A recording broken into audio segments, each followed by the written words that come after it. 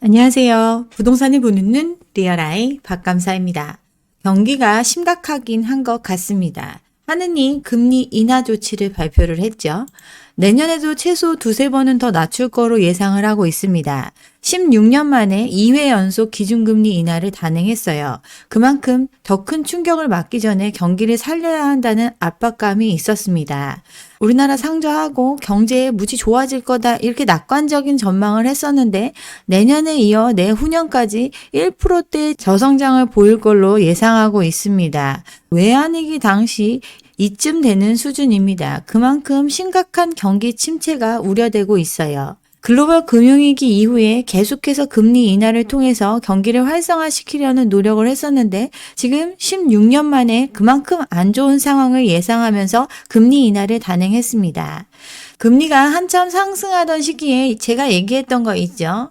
부동산 시장 금리만 내리면 다시 오를 거다 막 이런 얘기하면서 피벗 바로 이루어질 거니까 좀만 버티면 된다 이렇게 기대를 했었는데 풍부한 유동성의 후폭풍, 물가 상승을 억제하기 위해서 금리 인상이 시작됐습니다. 근데 이 부분이 아직 해소도 되기 전에 금리를 내려야 하는 상황이 온다는 것, 더욱더 심각한 상황을 의미하며 부동산 시장의 호재가 결코 아니다라고 말씀을 드렸는데 이제 그런 상황이 왔어요. 경기 침체를 인정하는 상황이 왔고 부동산 시장에는 더 안 좋은 영향을 줄 수밖에 없습니다. 그러니까 금리 내린다고 지금 좋아할 게 하나도 없어요. 어쨌든 이런 얘기 제가 예전에도 드렸었는데 금리 인하 계속 이루어질 걸로 예상하고 있습니다. 금리 인하하는 이유 뭐죠? 시중에 돈이 돌게 하기 위함입니다. 즉 유동성의 감음 상태를 인정하고 있어요. 유동성이 없는 시기죠. 지금 모든 돈이 부동산 투자에 묶여 있고 투자했던 자산의 가치가 하락하면서 공중으로 그 돈이 사라졌습니다. 돈은 돌지 않고 유동성 공급을 위해서 금리를 인하하는 조치 어쩔 수 없이 하고 있습니다. 그런다고 돈이 돌까요? 유동성이라는 거 제가 정말 많이 이야기를 했습니다. 자산을 현금으로 전환할 수 있는 정도가 유동성인데 유동성이 풍부하다는 건 돌고 있는 돈의 양도 많고 흐름도 원활함을 뜻합니다. 근데 지금 자산의 대부분인 부동산을 처분해서 쓸 돈을 마련해야 되는 상황인데 돈을 가지고 있는 사람들은 이 집을 사주지 않고 있으니 갖고 있는 자산은 있어도 현금이 돌지 않아서 어려운 상황에 처한 유동성 위기의 상황이 사회 곳곳에서 나타나고 있습니다. 시중에서 돌고 있는 돈의 양과 흐름이 유동성이라고 말씀을 드렸는데 이걸 만들어내는 방법, 그만큼 노동을 통해서 벌어내야 하죠. 그게 아니라면 미래에 내가 얼만큼 벌 수 있다라는 그 소득에 기대서 발생시키는 신용, 이를 통해서 부채를 늘리면서 유동성을 확보할 수 있습니다. 지금껏 우리의 시장, 소득이 늘어나는 것보다는 더 빨리 부채를 증가시키면서 유동성을 확장했고 그렇게 시장을 유지해 왔습니다. 근데 이제 위기의 상태에 빠졌어요. 잘 돌게 하려면 돈을 싸게 조건 없이 또 필요로 하는 만큼 빌려줘야 잘 돌 수 있는 구조입니다. 민간 주체, 기업과 가계로 대변이 되는데 여기서 유동성 마련할 수 있는 거 갖고 있는 현금이죠. 아니면 현금성 자산, 주식, 채권 이런 것들이 해당이 됩니다. 아니면 부동산 자산을 담보로 돈을 빌려서 쓰거나 아니면 이를 처분해가지고 유동성을 확보할 수 있습니다.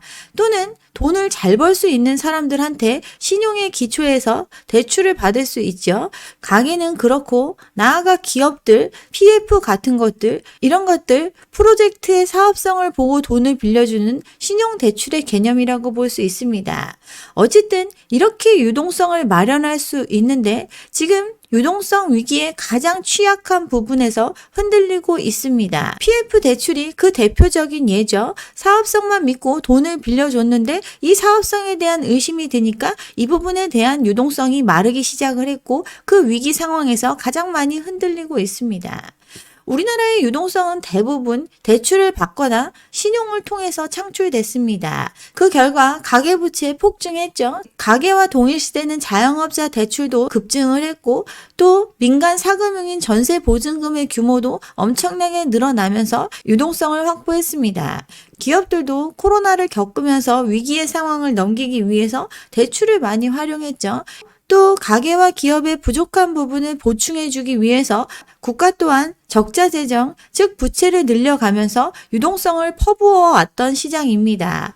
근데 신용이 흔들리면서 이 유동성의 가뭄 상황이 온 겁니다. 가계 같은 경우 자산의 대부분을 부동산으로 가지고 있는데 대부분 담보 잡혀가지고 레버리지를 활용했죠. 부동산 가치만 믿고 빌려준 시장인데 부실이 생겨나기 시작을 했습니다.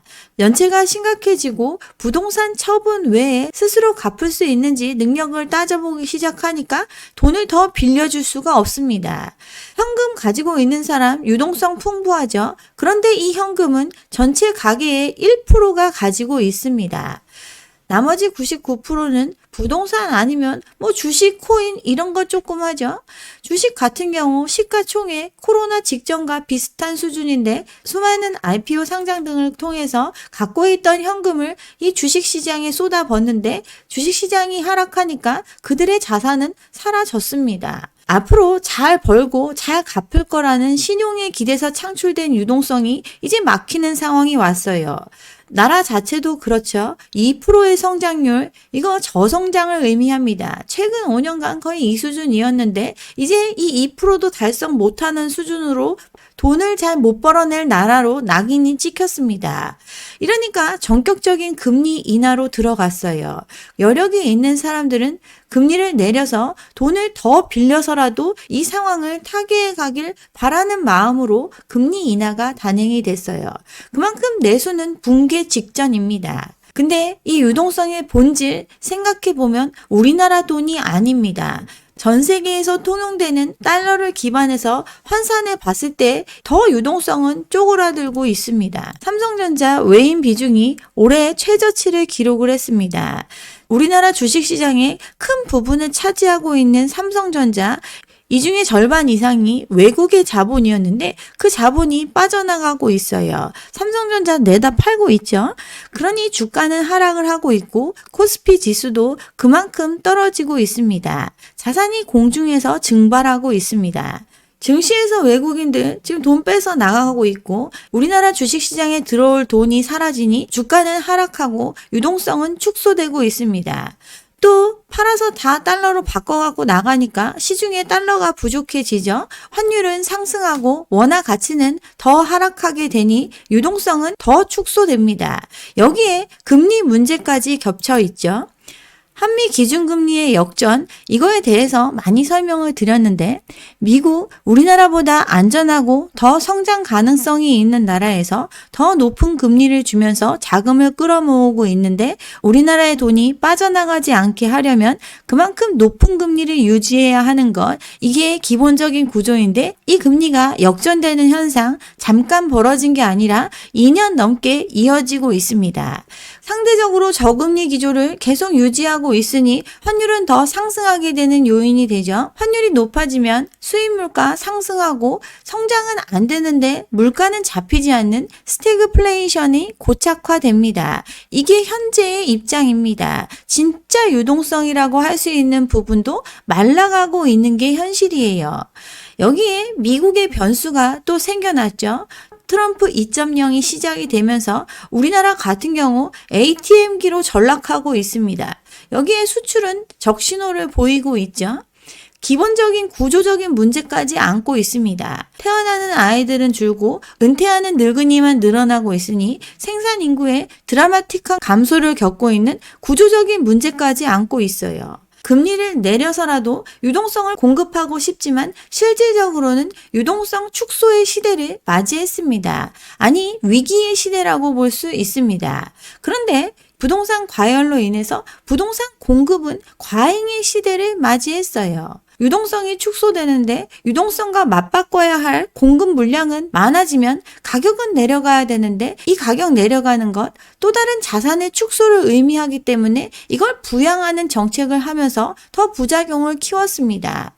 정부가 헛발질한 거죠. 어차피 떨어질 수밖에 없는 집값을 부양하기 위해서 갖고 있는 룸을 소진하면서 오히려 더 부채를 폭증시키는 정책을 했습니다. 이 부양 대책 덕분에 가처분 소득은 더욱더 줄어들고 그나마 유동성을 갖고 있었던 사람들마저도 전부 다 유동성을 잃어버리는 선택을 하게 했습니다. 정말 최악의 실책이고 이거 두고두고 역사에 기억될 헛발질입니다. 끝없는 경기 침체의 늪에 이미 빠져버렸어요. 생산도 떨어지고 판매도 떨어지고 투자도 감소하고 고용도 위태위태합니다. 대외적인 불확실성에 내수도 문제인데 수출도 둔화되면서 2%도 안 되는 성장률을 내년 후년까지 이어질 걸로 예상하고 있습니다. 심각한 유동성 위기를 가게든 기업이든 민간 부분들은 겪고 있습니다. 그 예가 롯데죠.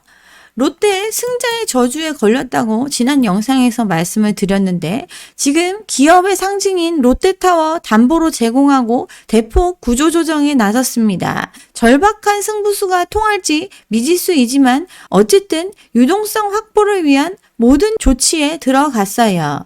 15년 만에 자산 재평가도 하고 갖고 있는 회사 이런 거 팔아가지고서라도 유동성을 확보할 테니까 믿어달라고 시장에 호소하고 있습니다. 보통 유동성 위기가 왔을 때 기업이 가장 먼저 할 수 있는 것, 그룹의 자산들을 처분해서 현금화한 뒤에 어려운 기업에 투입하는 방법을 택하는데 이 현금화 작업에 들어갔어요. 현금화가 안 되면 일단 은행에 담보 맡겨서라도 돈을 융통하는 방법, 이 모든 전략을 지금 구사하고 있습니다. 갖고 있는 호텔, 백화점 이런 거 다 팔아서라도 현금 마련할 테니까 믿어달라 하고 있죠. 4성급 호텔들 팔고 비용 절감하고 부진한 사업장 정리하고 팔 수 있는 회사들도 정리하겠다고 합니다. 롯데 위기설 진앙지 롯데케미칼인데 이 케미칼 믿고 사실 사업을 확장했다고 볼 수 있습니다. 매년 수조 원대의 이익을 가져왔던 롯데케미칼, 롯데건설의 위기 상황에서 1조 원이나 빌려줬죠. 또 사세를 확장하기 위해서 회사도 하나 인수를 했는데 이렇게 공격적으로 사업을 확장하는 것 다 빚으로 했습니다. 일진 머터리얼 인수할 때 2조 원이 넘게 돈을 빌려 썼는데 이 부분에 EOD 문제가 불거지면서 지금 위기설이 확산이 됐습니다. 그룹 내에서 가장 돈 잘 벌었던 회사가 흔들리니 그룹 전체가 흔들리는 상황 맞이했습니다. 갖고 있는 부동산 정리한다고 했는데 강남에 노른자 땅 갖고 있죠.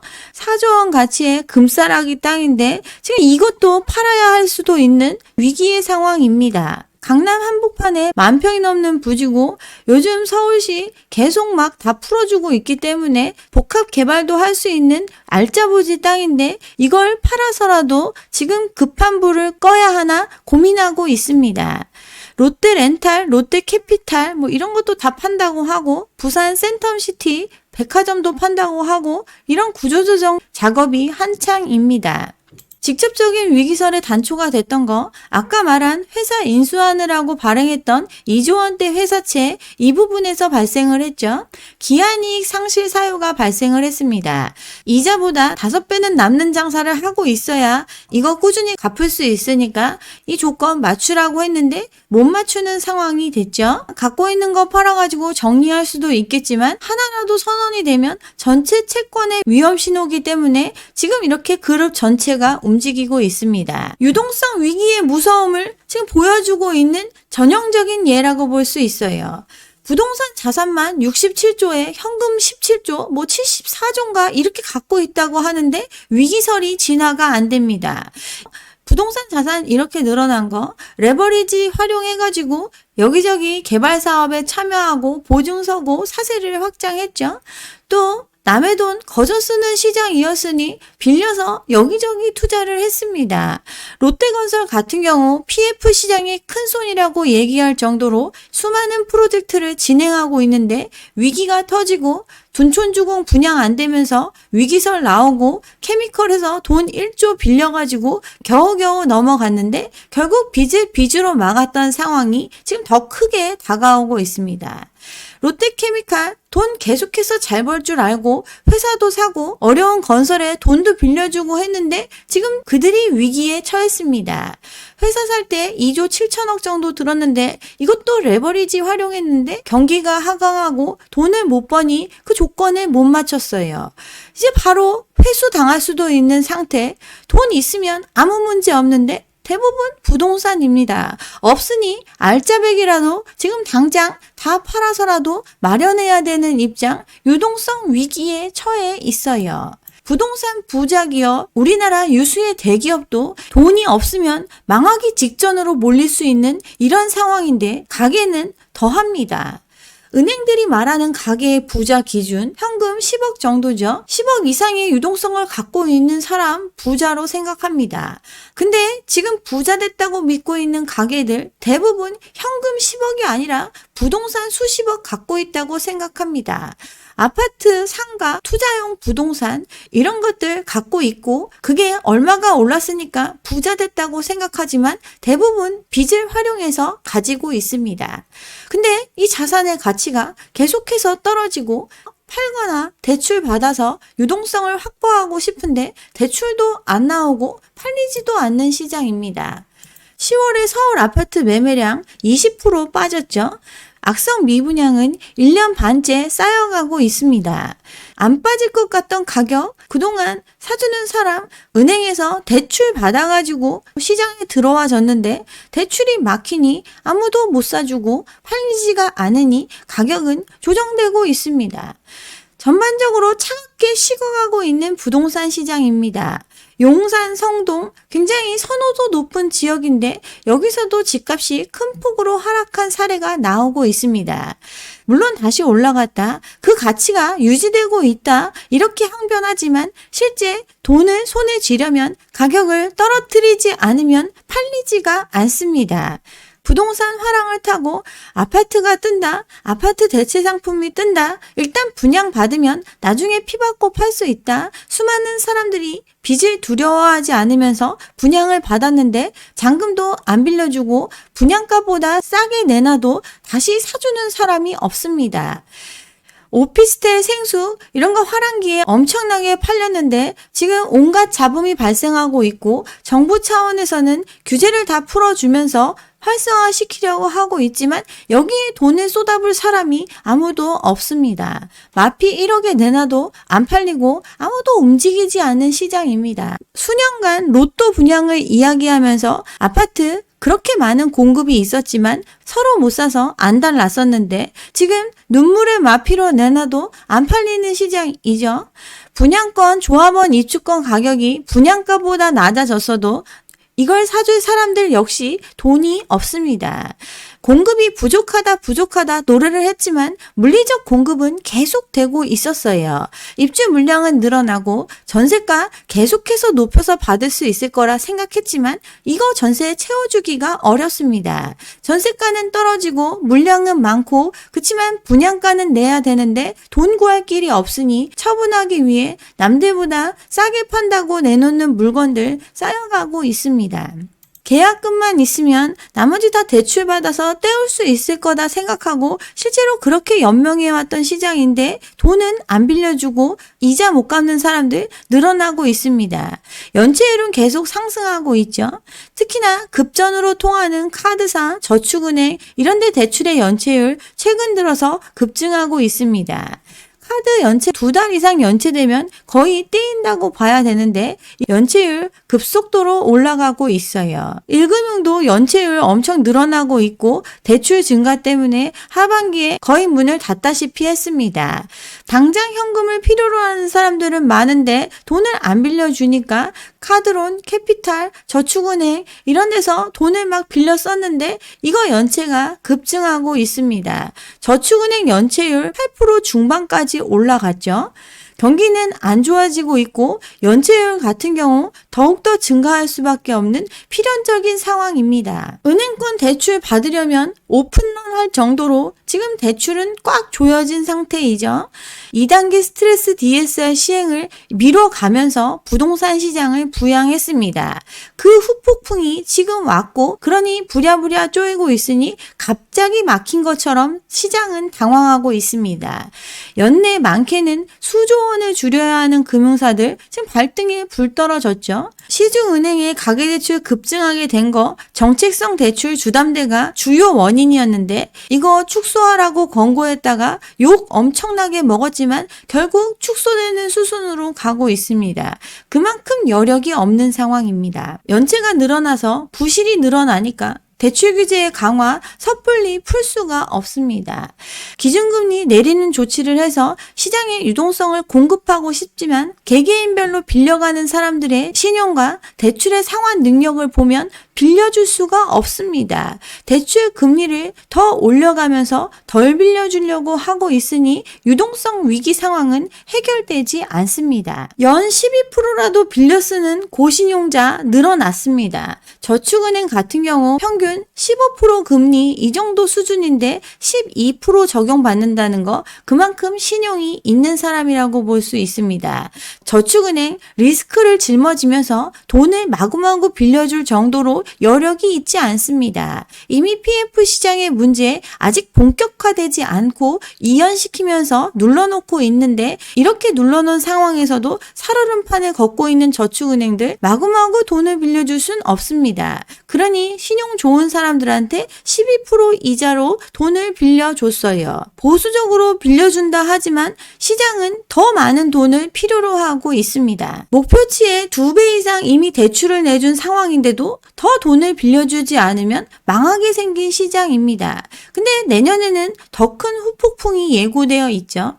스트레스 DSR 3단계가 도입이 됩니다.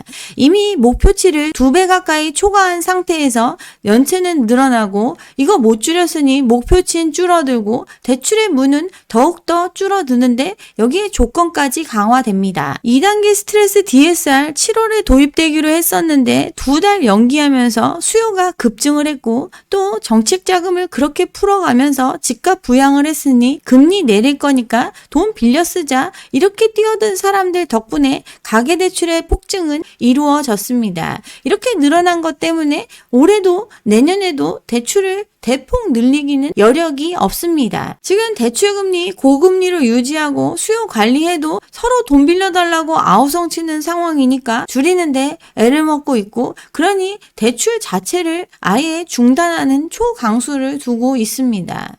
내년 7월부터 스트레스 DSR 3단계 시행되면 한도도 줄고 모든 금융권이 규제를 받으니까 돈 구하기 더욱더 힘들어지겠죠. 인플레 때문에 금리를 올리는 상황이 됐을 때 자산 가격이 정상화되는 과정을 그대로 뒀더라면 이런 심각한 상황까지 됐을까요? 그렇지만 부동산 경기를 끌어올리기 위해서 영끌, 초영끌을 통해서 돈 있는 사람들, 현금 10억 있는 사람들 똘똘한 한 채 분양받고 드라마틱하게 유동성을 상실했습니다. 지금 12월부터 연소득 2억 이상도 신생아 대출 해주겠다 이런 얘기 하는데 그나마 돈 있는 사람들을 씨를 말리는 정책 하려고 합니다. 이러면 갖고 있는 현금은 사라지고 빚까지 더 생기니까 쓸 돈은 더더욱 줄겠죠. 내수 침체는 더욱더 악화될 수밖에 없습니다. 대외적인 상황 트럼프 2기에 접어들면서 성장률도 낮아지고 소득도 줄어들 상황입니다. 여기에 고환율로 물가는 안정되지 않는 스태그플레이션 시대를 살아가야 합니다. 기준금리 내린다고 하지만 시장 금리는 미국을 따라가죠. 산업과 주식 모두 견고한 성장세를 보이고 있는 미국, 인플레는 아직 잡히지 않은 상황, 고금리를 유지할 가능성이 크니 시장 금리 쉽게 내려오지 않습니다. 여기에 대출의 한계 상황이니 대출을 쪼이기 위해서라도 대출 금리 내려오지 않아요. 가계의 현금은 집 사느라 다 사라졌고 여기에 빚까지 끌어내서 집을 샀으니 부채 원리금은 더욱더 늘어날 수밖에 없습니다. 특히나 PF 부실 문제를 해결하기 위해서 이 기업의 부채를 가계로 이전하는 작업이 완료됐기 때문에 가계는 더욱더 힘든 시간을 살아갈 수밖에 없어요. 유동성 위기를 넘어서서 유동성이 아예 소멸되는 시대에 초입에 있습니다. 이런데 뭘 하려고 하나요? 갖고 있는 현금을 잘 지키시기 바랍니다. 네, 여기까지 오늘 준비한 내용이고요. 오늘 제 영상이 좋았다면 좋아요와 구독 잊지 마시고 다음 영상도 함께 해주시기 바랍니다. 감사합니다.